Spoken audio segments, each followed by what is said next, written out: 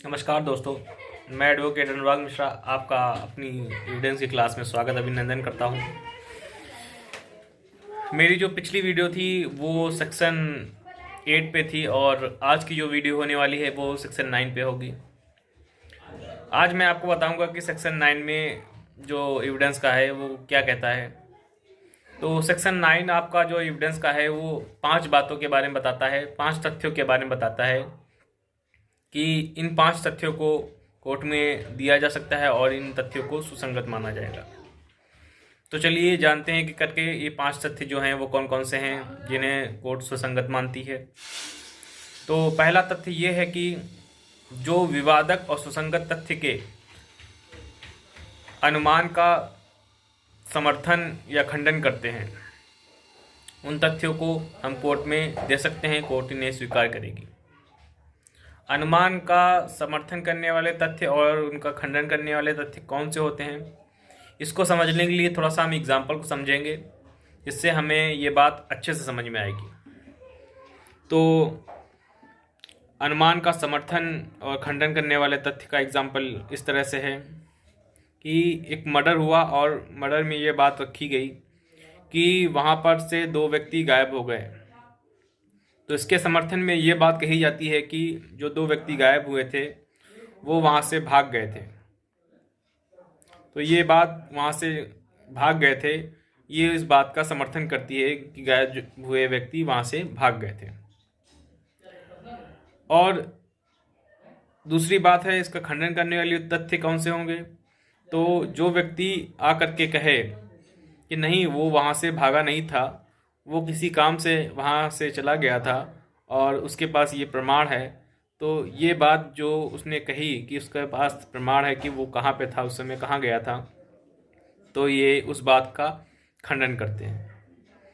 तो पहली बात हो गई कि विवादक और सुसंगत तथ्य के अनुमान का समर्थन और खंडन करने वाले तथ्यों को कोर्ट में दिया जा सकता है, कोर्ट उन्हें सुसंगत मानेगी। दूसरा तथ्य है कि विवादक और सुसंगत तथ्य के स्पष्टीकरण या पुनर्स्थापन करने वाले तथ्य, यानी स्पष्टीकरण करने वाले तथ्य और पुनर्स्थापन करने वाले तथ्य भी कोर्ट में सुसंगत माने जाएंगे। तो इसको भी एग्जाम्पल समझते हैं कि स्पष्टीकरण का क्या एग्जाम्पल है, कौन से तथ्य स्पष्टीकरण को बताते हैं। एक व्यक्ति है ए, जिसने एक विल लिखी यानी वसीयत लिखी। वसीयत लिखने के बाद यदि वो व्यक्ति मर जाता है यानी उसकी मृत्यु हो जाती है और बाद में ये विवाद उठता है कि क्या ए ने वो वसीयत लिखी थी या नहीं, तो इस पर स्पष्टीकरण दिया जाता है कि ए ने ये वसीयत इन लोगों के समक्ष उपस्थिति में लिखी थी। तो ये बात स्पष्ट हो जाती है कि ये जो वसीयत है वो ए की है। तो इस तरह का तथ्य दिया जा सकता है कोर्ट में। इसके बाद जो तीसरा तथ्य है वो है किसी व्यक्ति या वस्तु की पहचान को स्थापित करने वाले तथ्य। पहचान को स्थापित करने वाले तथ्य, इसका मतलब क्या है।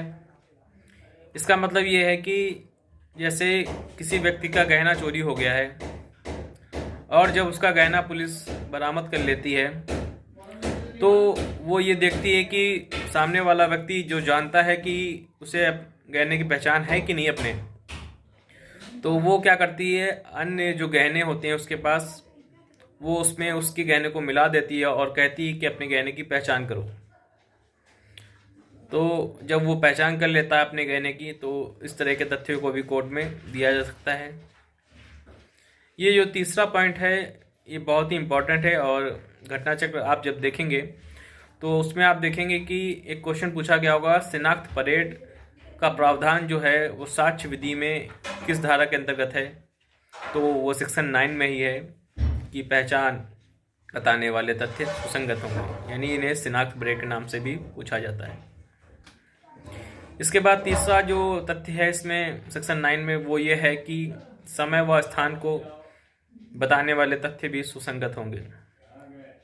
यदि पूछा जाए कि घटना किस समय और किस स्थान पर घटित हुई, इसके लिए उस व्यक्ति की राय बहुत ही इम्पोर्टेंट होती है जो उसका विशेषज्ञ होता है।